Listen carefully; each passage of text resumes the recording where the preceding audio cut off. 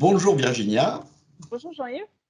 Merci de ta participation à la petite interview que je te propose de réaliser suite au webinaire Emploi cadre et handicap auquel tu as participé en tant que directrice des ressources humaines de la société Davidson, société d'ingénierie de 3000 collaborateurs et qui regroupe 3000 collaborateurs. Qu'as-tu pensé de ce webinaire, Virginia ? Alors effectivement, j'ai eu la chance de participer au webinaire Emploi cadre et handicap organisé le 21 octobre dernier par l'APEC. Et d'ailleurs, au passage, je remercie Sonia Violou, consultant à l'APEC, qui a organisé ce webinaire.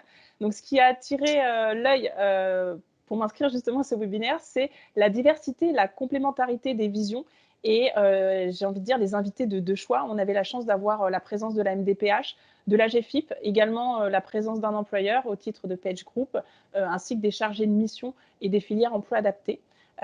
Et le format aussi, le format m'a interpellée, table ronde, et j'ai beaucoup aimé d'ailleurs écouter cette table ronde autour du handicap parce qu'il y avait une vision partagée des différents acteurs et donc encore une fois on avait cette complémentarité qui est rare en général lors d'un webinaire plus classique, j'ai envie de dire. Oui, merci pour ces retours. Est-ce que vous avez été étonné par certaines informations qui ont été délivrées dans ce webinaire ? Alors oui, étonnée. Je le reste toujours, effectivement, malgré le fait que je sois sensibilisée sur le sujet du handicap depuis plusieurs années et très investie sur le sujet, notamment de par ma fonction de DRH. J'ai été impactée par ce chiffre de 76%. 76% donc de personnes en situation de handicap qui ont bien la RQTH, qui jugent pas forcément pertinent, opportun de partager cette reconnaissance auprès de leur employeur. Et c'est là où je me dis qu'en tant qu'employeur, il y a visiblement quelque chose qu'on n'a pas saisi, en tout cas des axes de progrès à voir là-dessus, pour bien faire comprendre effectivement aux personnes RQTH que l'employeur a tout intérêt à connaître cette reconnaissance. Premier point pour pouvoir l'adapter sur son poste de travail et lui donner effectivement tous les moyens nécessaires pour travailler correctement. Donc effectivement, c'est un des axes qu'il va falloir creuser.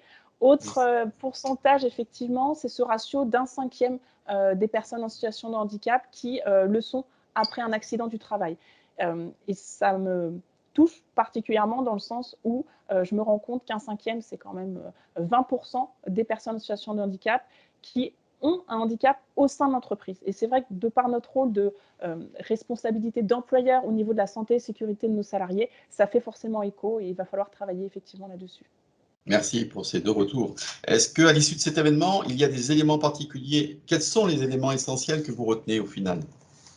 Alors, il y a un élément qui a été dit, qui est effectivement très important et qu'on a tendance à pas forcément prendre en considération, enfin, en tout cas pas dans la plénitude dans laquelle il devrait être, c'est que pour qu'une politique handicap soit porteuse et forte, il faut qu'elle soit euh, portée notamment au niveau du dialogue social, au niveau des représentants du personnel.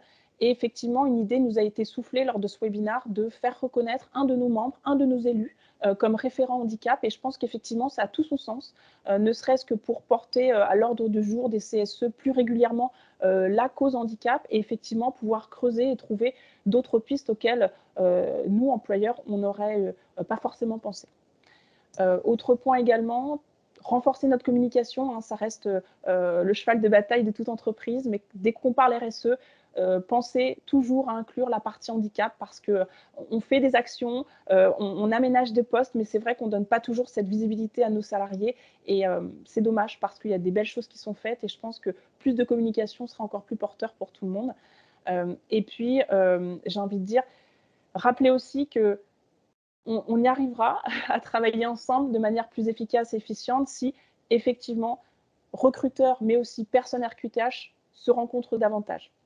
Voilà, Oui. puisque au sein de ce webinaire, ça a été dit plusieurs fois, on a tous la volonté employeur d'aller plus loin sur le handicap, mais effectivement, ça reste compliqué. Donc pourquoi c'est compliqué? Quelles sont les pistes? On a encore beaucoup à creuser, je pense.